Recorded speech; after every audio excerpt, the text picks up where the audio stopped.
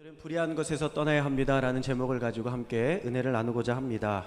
오늘 말씀해 보니까요, 고린도 교회에 문제가 있었습니다. 어떤 문제가 있었냐면 교회 안에 다툼이 있고 갈등이 있는데 그것을 누구에게 송사를 했냐면 불의한 자들, 세상 사람들, 이방인들에 가지고 가서 송사를 했다는 거예요. 그러니까 쉽게 말하면 우리가 교회 안에 다툼이 있는데 그것을 가지고 재판에 가서 세상에 송사를 하게 되었다는 것이죠. 그러니까 여러분, 교회의 법과 질서를 따라 처리하지 않고 세상의 법과 질서에 호소를 했다는 거예요. 서울시의 어떤 큰 교회에서 분쟁이 일어났습니다. 교회 안에 갈등이 일어나게 되고 또 목사님과 또 그 목사님을 지지하는 팀과 또 반대하는 그런 사람들 사이에 갈등이 일어났어요. 근데 교회 안에서 해결되지 않는 거예요. 그 어디로 갔냐면 세상의 법정으로 가지고 가서 재판장에게 이렇게 의뢰를 했습니다. 근데 재판장이 뭐라고 판결했는지 아세요? 이 신문에 나왔는데 굉장히 지혜롭게 판결을 했어요. 교회 안에도 교회법이 있을 텐데 이렇게 세상을 소란스럽게 하지 말고 교회법으로 잘 해결해 보시기 바랍니다. 굉장히 지혜롭죠. 근데 그 이야기를 들으면서 너무 부끄러워서 얼굴을 들 수가 없더라고요. 여러분, 오늘 말씀해 보니까 어떤 이야기가 나오냐면 판단이라는 말이 나옵니다. 이 판단이라는 말의 어원은 뭐냐면 크리노라는 뜻을 가지고 있어요. 헬라어로 크리노라는 뜻을 가지고 있는데 이것은 구별하다, 재판하다라는 뜻을 가지고 있지만 또 하나의 의미로는 무엇이냐면 통치하다, 다스리다라는 뜻을 또 가지고 있습니다. 우리 마태복음 19장 28절의 말씀을 좀 함께 화면에 나오는 대로 함께 보도록 하겠습니다. 시작.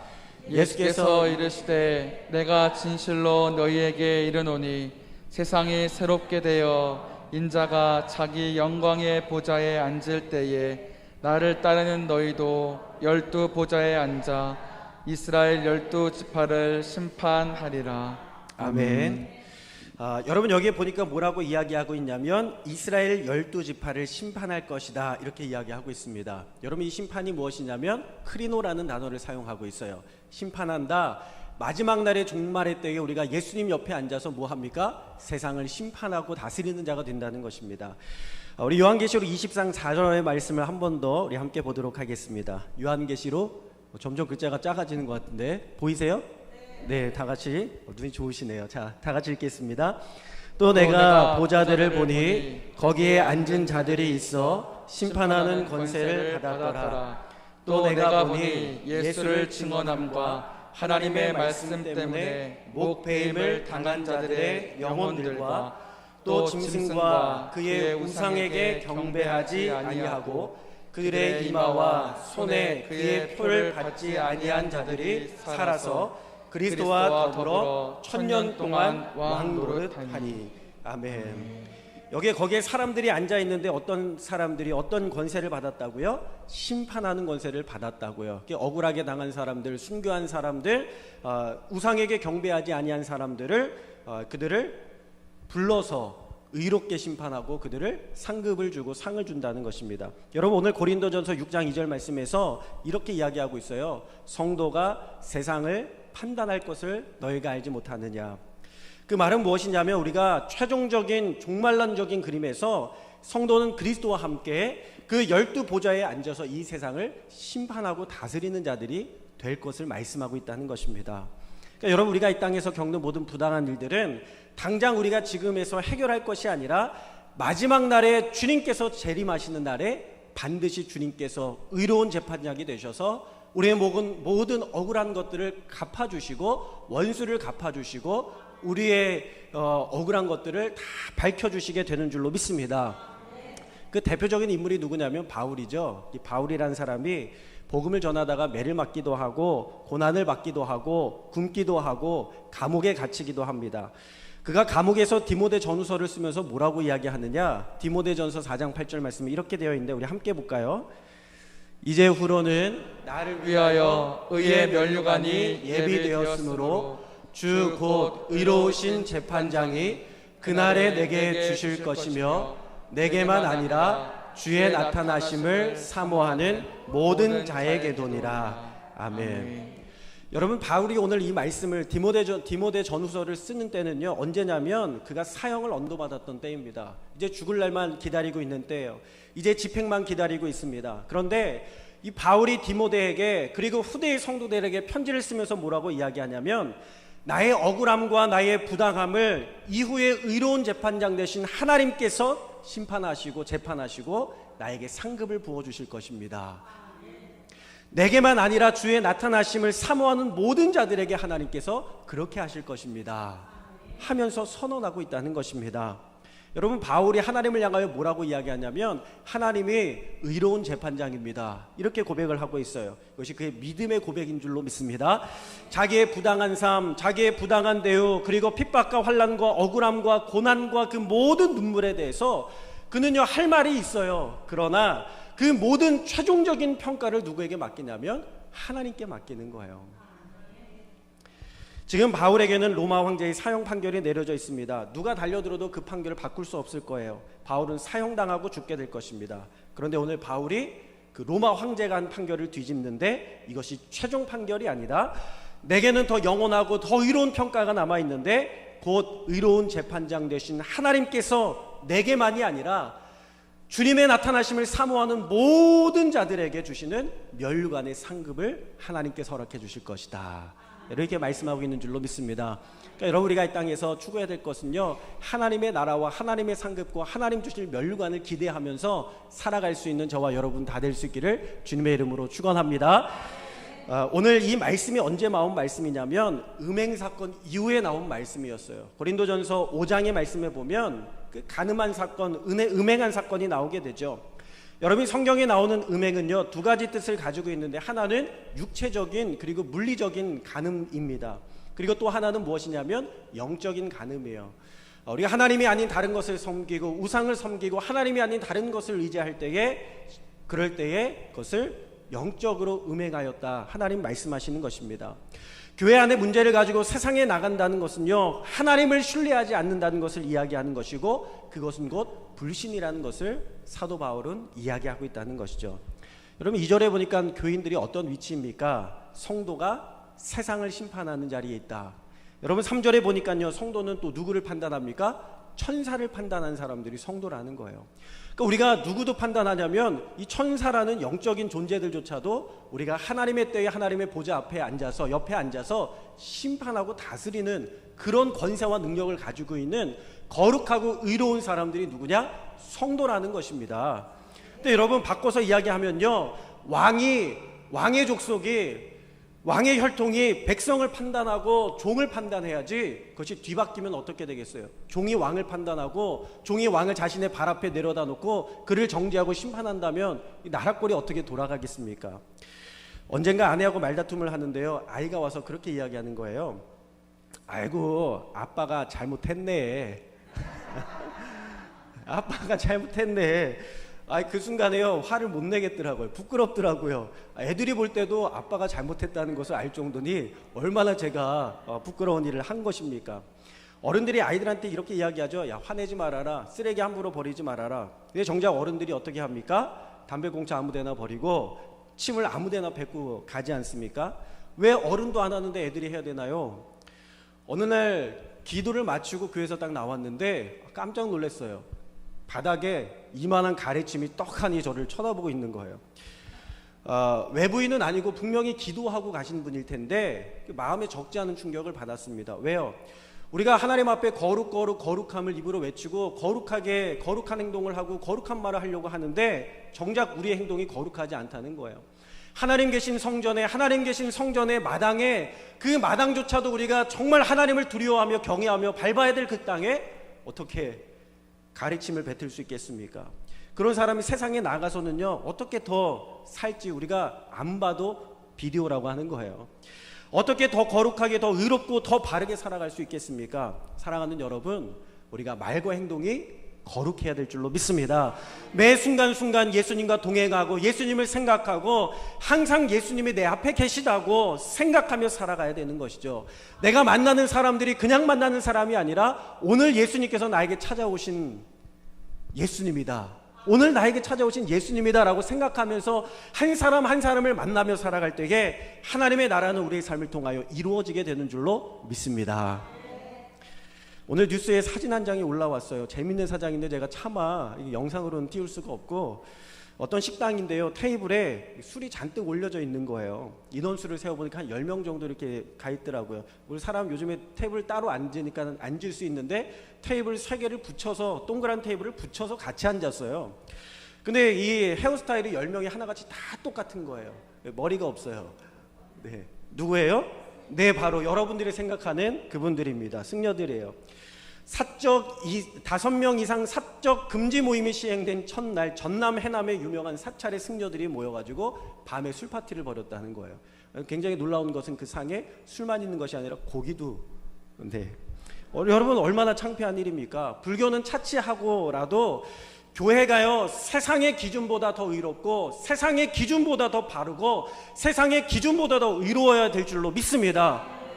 왜요? 우리가 세상의 법이 아니라 그보다 더 뛰어나고 그보다 더 높고 그보다 거룩하고 그보다 더 능력 있는 하나님의 법을 따라가는 하나님의 백성들이기 때문인 줄로 믿습니다.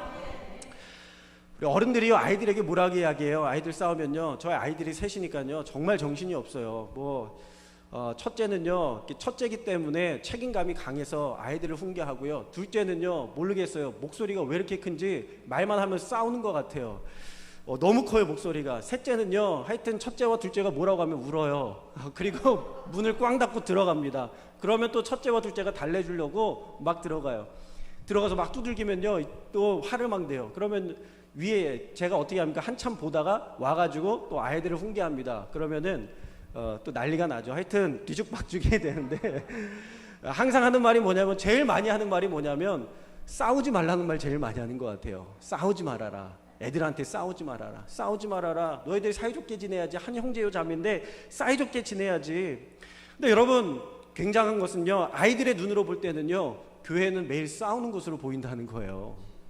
에이, 교회 다니는 사람도 서로 사랑하지 않는데 왜 우리가 사랑해야 됩니까?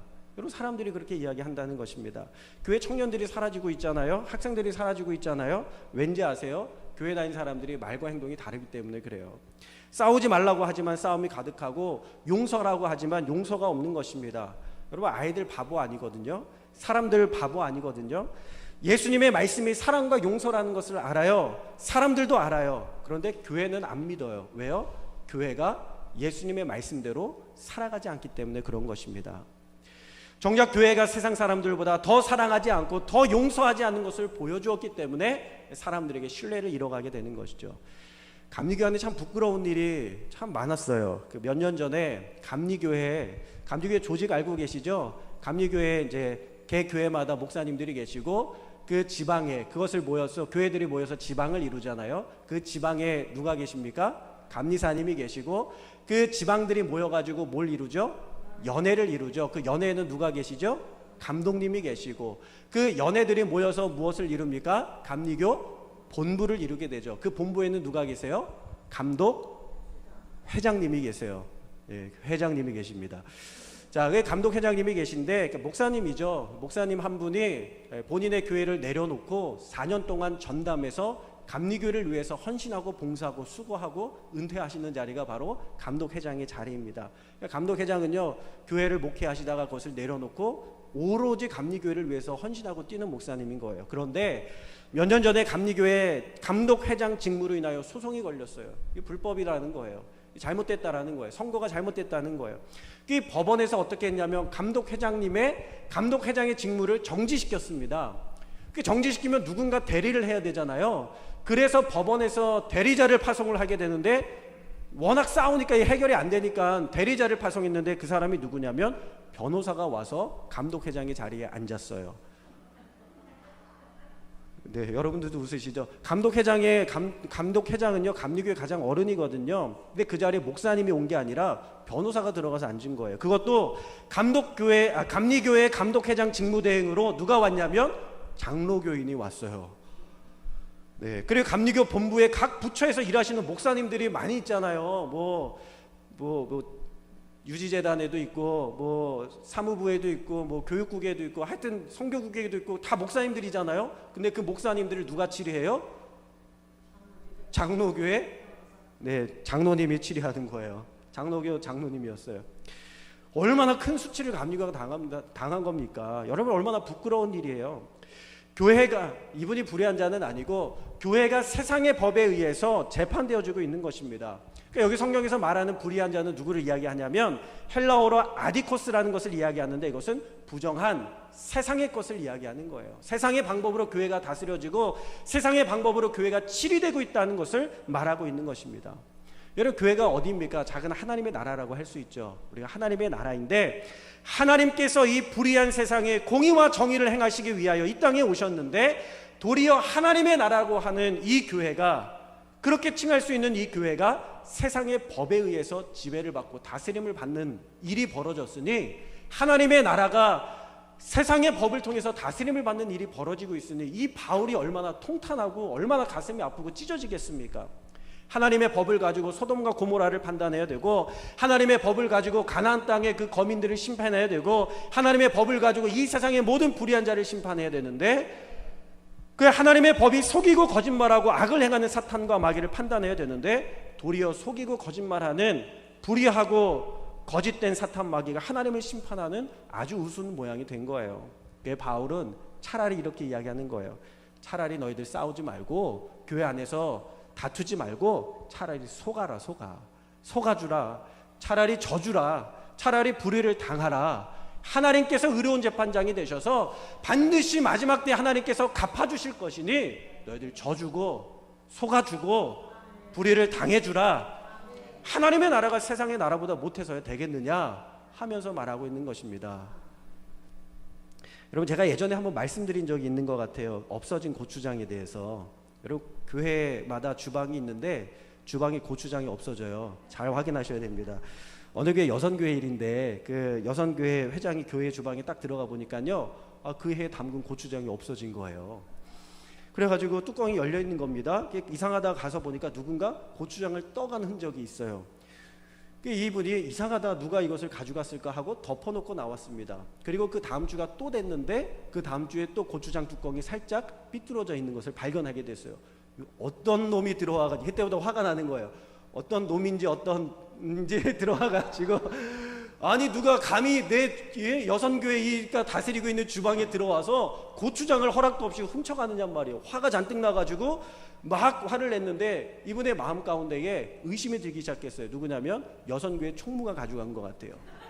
그 총무가 고추장을 굉장히 맛있어하고 좋아하고 자랑하고 탐내더니 결국에 이 사단을 냈구나. 총무에게 찾아가서 막 손가락질을 하면서 여선교 회장의 허락도 받지 아니하고 총무가 말이야 들어와가지고 주방에서 고추장을 퍼갔다고 막 화를 내기 시작했어요.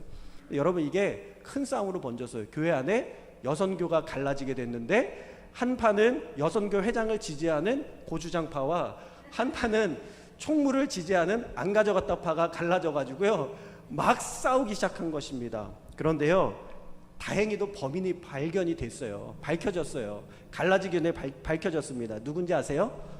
여선교 회장님의 딸이었습니다. 당시에 성탄절을 앞두고 교회에서는요 뭐가 있어요?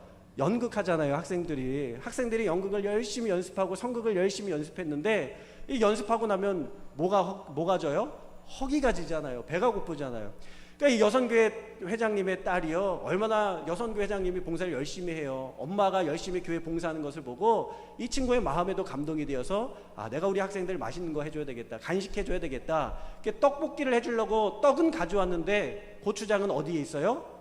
교회 주방에 있는 거 다 알잖아요. 알고 있잖아요. 교회 주방에 가가지고 고추장을 딱 떠가지고 그것으로 맛있는 떡볶이를 만들어서 아이들을 해준 거예요. 그리고 그 다음 주에도 또 그 고추장을 떠가지고 맛있는 간식을 만들어서 아이들한테 가져다 준 것입니다. 여러분, 교회가 어떻게 됐을까요? 싸웠을까요? 괜찮아졌을까요? 괜찮아졌어요. 다행히 잘 마무리됐어요. 교회 학생들이 먹는다는데 누가 뭐라고 해요? 다 자기 아들 딸들인데.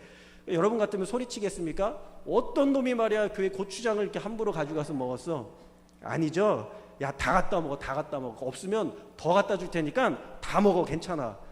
여러분, 처음부터 손해보고 이해보고 양보했더라면 그 모습이 굉장히 훈훈해졌을 것입니다. 네, 근데 그렇지 않아서 이렇게 아주 재밌는 예화로 등장하게 되었어요. 여러분, 교회마다 갈등이 많이 있어요. 어떤 변호사가 그래요. 교회 때문에 먹고 산대요. 여러분 때문에 먹고 사는데 복의 근원이십니까? 교회들이 줄줄이 소송을 벌이다 보니까요 오히려 법무법이 잘 된다는 것입니다. 옛날에는 부부싸움 하기가 참 어렵다고 그러시더라고요. 요즘에는 다 단독으로 따로 독립해서 살기 때문에 이 부부싸움 너무 시원시원하게 잘하잖아요. 옛날에는 근데 시부모님들 다 모시고 사니까 어떻게 싸우겠어요. 부부들이 화가 나도 싸울 수가 없잖아요. 싸울 일이 생기면 어떻게 하냐면 어떻게 합니까? 딱 조용히 들어가서 방문을 꼭 닫고 걸어 잠그고서는 이를 악물고 싸우는 거예요. 그죠? 내가 당신한테 얘기했어 안 했어? 그러면서 이렇게 싸우는 거예요. 그 아내도 내가 말이야 아니라고 그랬지 그러면서 서로 싸우는 겁니다. 여러분 왜 그렇게 싸워요? 부모님 계시니까, 시부모님 계시고 어른이 계시니까 못 싸우는 거잖아요. 조용히 싸우는 거잖아요. 세상에 어른들이 계셔도 큰 소리 내는 것을 조심하는데 여러분 왜 교회에서 큰 소리 나야 됩니까? 왜 목소리 큰 사람이 교회에 있어야 됩니까? 왜 교회에서 서로 소리치면서 싸워야 됩니까? 소리 지르면서 싸운다는 것은 하나님을 무시하거나 하나님이 살아계신 것을 믿지 않는 것입니다. 여러분 왜 져주지 못해요? 하나님을 믿지 못함이 아닙니까? 왜 당해주지 못합니까? 왜 참아주지 못합니까? 하나님이 갚아주실 것을 믿지 못하기 때문이 아닙니까? 왜 모욕당하고 무시당하는 것을 못 찾습니까? 그리스도의 모습으로 변해가야 되는데 의로운 재판장이신 하나님을 믿지 못하기 때문이 아닙니까? 여러분 우리가 심각하게 생각하고 회개해야 될 줄로 믿습니다. 믿지 않으니까 달라지지 않아요. 그리스도의 모습으로 날마다 변해가고 닮아가야 되는데 하나님이 내 앞에 살아계신다는 믿음이 없으니까요. 10년 전의 모습이나 지금의 모습이나 달라지지 않고 똑같은 거예요. 여러분 요즘 교회들마다 청년들이 교회에 오지 않아서 아우성이잖아요. 어떤 단체가 조사를 했어요. 왜 이렇게 청년들이 교회에 안 올까? 설문조사를 했더니 교회가 싸워서 안 나온다는 거예요. 싸워서. 어떤 교회는 목사님을 괴롭힌다는 거예요. 그것을 보고 실망해서 교회에 안 나가겠다는 겁니다. 여러분 교회는 사랑이 가득한 곳, 용서가 가득한 곳이 되어야 하는데 오히려 교회에 싸우는 소리가 온 동네에 다 퍼지게 되는 거예요. 마태복음 5장 16절에 보면 이렇게 이야기하고 있습니다. 우리 함께 다 같이 읽어보도록 하겠습니다. 이같이 너희 빛이 사람 앞에 비치게 하여 그들로 너희 착한 행실을 보고 하늘에 계신 너희 아버지께 영광을 돌리게 하라. 아멘. 여러분 교회가 세상에 빛을 비춰야 되는데 많은 교회들이 세상의 빛이 아니라 구린내를 풍기고 썩은 내를 풍기고 있다는 것입니다. 그런 자들에게 하나님 뭐라고 말씀하시냐면 8절 말씀이 이렇게 이야기하고 있어요. 너희는 불의를 행하고 속이는구나. 그는 너희 형제로다. 아멘. 여러분 여기에서 사용된 형제라는 말은요 헬라어로 어머니의 자궁을 이야기합니다. 그 말은 무엇이냐면 한 배에서 태어났다는 거예요. 우리 모두가 다른 데서 살았고 다른 문화에서 살았고 다른 지역에서 살았고 환경이 다르고 살아온 부모들이 다를지라도 우리는 예수 그리스도의 십자가 안에서 한 형제요 한 자매 된 줄로 믿습니다. 그런 형제들이 어떻게 싸울 수 있겠습니까? 특별히 바울이 9절에서 지적하고 있는 음란함이라는 것은 무엇이냐면 하나님을 믿지 않는 불의와 마찬가지라는 것입니다.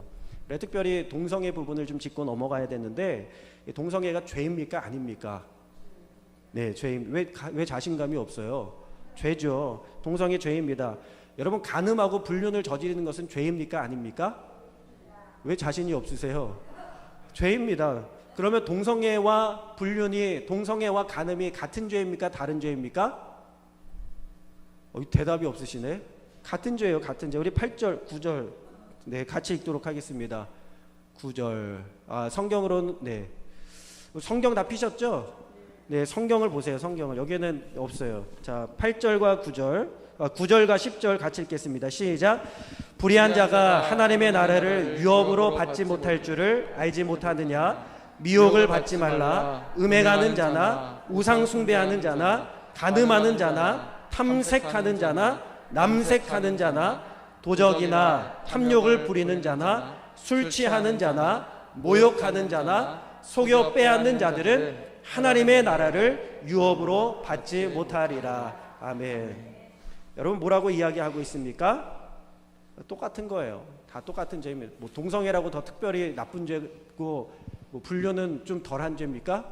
아니죠. 하나님 앞에 다 똑같은 죄라는 것입니다. 다 죄예요.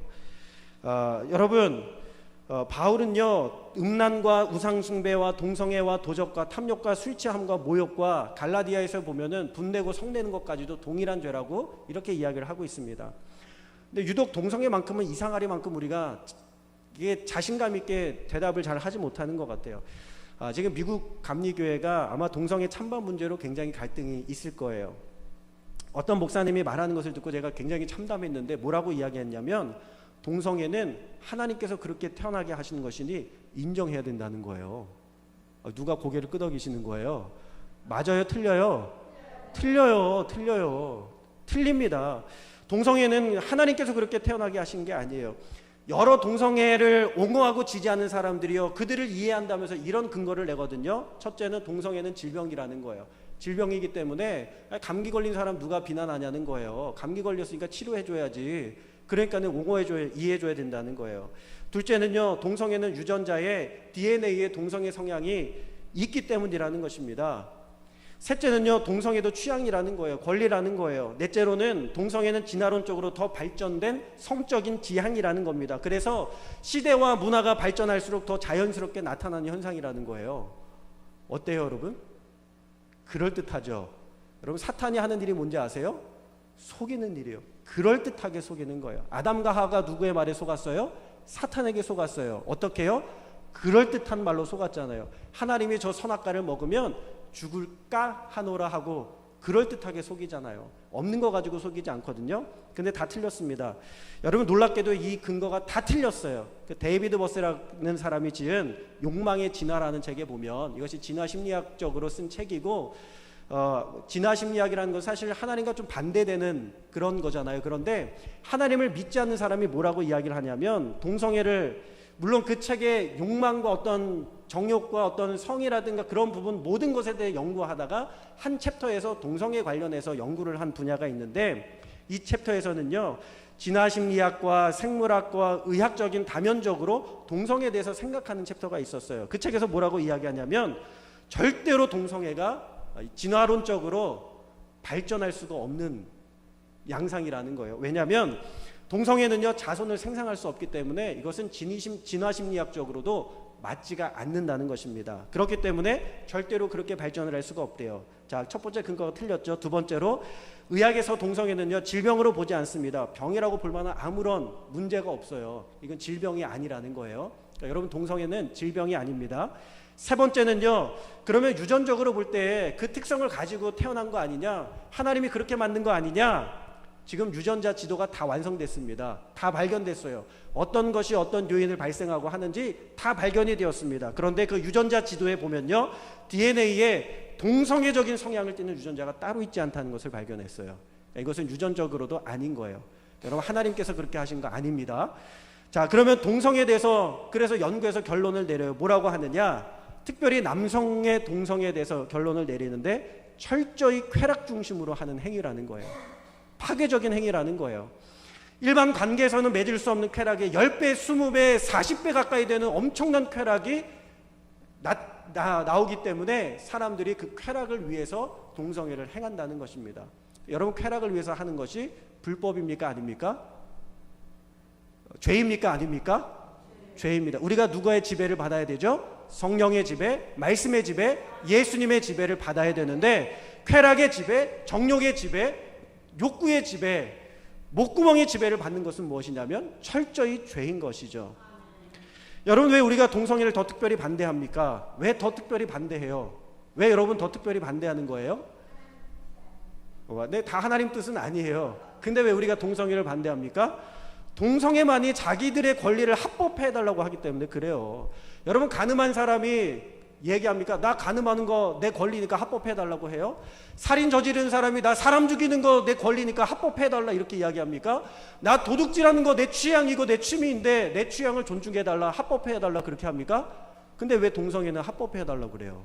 그러니까 문제가 되는 것입니다. 여러분, 그게 법화가 되면요, 법제화가 되면 누가 그것을 잘못이라고 이야기할 수 있겠어요? 그러니까 동성애를 합법화한다는 것은 완전히 하나님의 나라를 대적하는 정욕과 죄악의 소돔과 고모라가 이 땅 가운데 세워지게 된다는 것을 의미하는 거예요. 여러분, 우리가 심각하게 받아들이고 좀 문화적으로 좀 많이 발전했으면 동성애 그거 문화적으로 발전된 것이니까 허락해줘야지, 절대 그렇게 하시면 안 됩니다. 여러분, 하나님은 이러한 자들에게 뭐라고 말씀하신다면 9절의 말씀의 첫 부분에 보니까 이렇게 말씀하세요. 다 같이 읽겠습니다. 시작. 의 나라를 유업으로 받지 못할 줄을 알지 못하느냐. 아멘. 여러분, 하나님의 나라를 유업으로 받지 못한다는 것입니다. 여러분, 세상에요 나쁜 일들이 법조화가 돼서 그것이 자신들의 권리로 주장한다 할지라도 의로운 재판장이신 하나님께서는 하나님의 나라를 유업으로 허락하시지 아니하실 것입니다. 여러분, 우리가 어떻게 살아야 될까요? 우리가 성령의 지배를 받으며 살아야 될 줄로 믿습니다. 우리 11절의 말씀을 다 같이 함께 읽겠습니다. 너희 중에 이와 같은 자들이 있더니 주 예수 그리스도의 이름과 우리 하나님의 성령 안에서 씻음과 거룩함과 의롭다 하심을 받았느니라. 아멘. 우리가 성령 안에 살아야 될 줄로 믿습니다. 여러분, 살인한 사람 죄이지만 우리가 살인한 사람 미워합니까? 감옥에 찾아가서 복음을 전하고 하나님의 사랑을 전하고 그 회복을 전하고 은혜를 전하지 않습니까? 여러분, 마찬가지로 우리가 한 가지 정말 중요한 것은요, 잘못한 사람이라고 할지라도 우리가 그리스도의 사랑으로 품을 수 있어야 돼요. 그러나 명확한 것은 죄는 죄라고 이야기해야 된다는 것입니다. 그리고 우리는 성령의 지배를 받으며 살아가야 될 줄로 믿습니다. 올해 초에 한 배우의 선행 기사가요, 기사가 나왔어요. 김혜리라는 여배우인데, 김혜리라고 아세요? 얼굴 한 번도 본 적이 없는 미혼부의 육아를 돌봐주었다는 거예요. 미혼부, 그러니까 아빠인데 결혼을 하지 않았어요. 근데 아이가 생겼어요. 아마 엄마가 낳고 맡기고 도망갔겠죠. 이 사람이 미혼부가 되었어요. 근데 우리나라의 문제가 뭐냐면 미혼부에게는요 아이를 호적에 올릴 수가 없대요. 그러니까 이 아이를 호적에 못 올린 거예요. 올리고 싶은데 올릴 수가 없는 거예요. 법을 바꿔달라고 1인 시위를 했는데 그것을 보고 오전 10시부터 3시까지 이 아이를 돌봐주기 시작합니다.